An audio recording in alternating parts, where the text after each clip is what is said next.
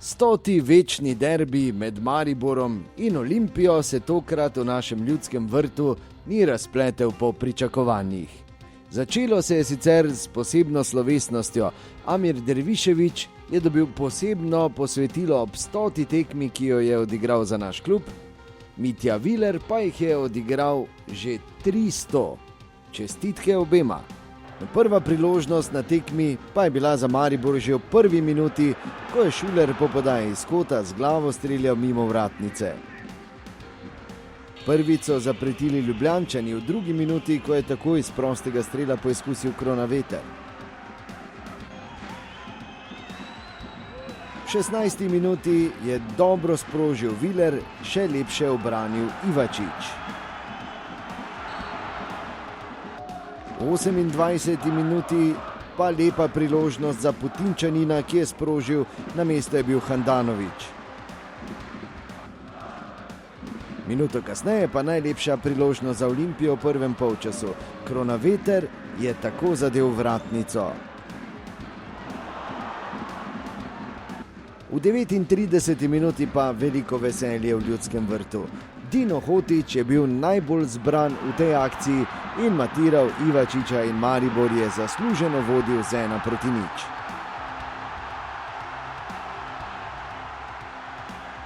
V prvem polčasu v sodnikovem podaljšku pa smo videli še priložnost Ivkovića in na to minuto kasneje še Derviševića. V polčasu je ostalo 1:0 za Maribor.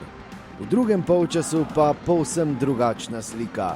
Ljubljančani so pritisnili in v 52. minuti je Vombergar iz te akcije uspel izenačiti.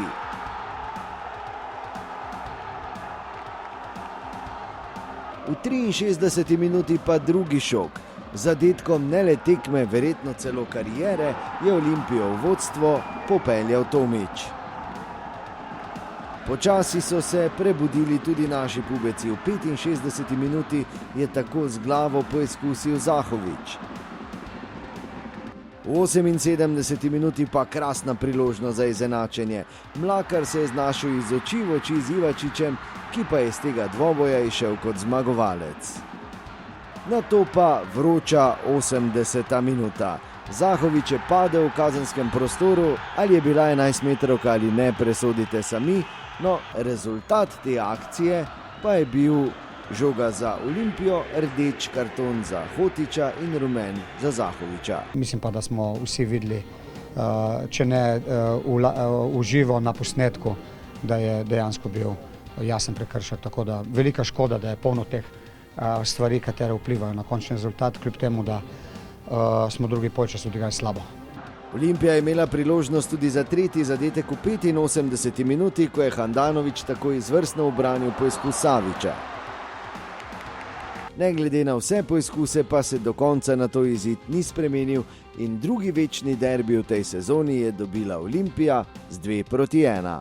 Naši navijači so nam spet dali določeno energijo, tako da škoda, da jih nismo mogli nagraditi za zmago. Mislim, da je bil pravi derbi, tako rekel, poln emocij in škoda, da se to ni obrnilo nam v prid, ampak smo bili enostavno preslabi v drugem polčasu, da bi lahko to na koncu izvlekli, čeprav smo imeli tudi nekaj priložnost za izenačenje.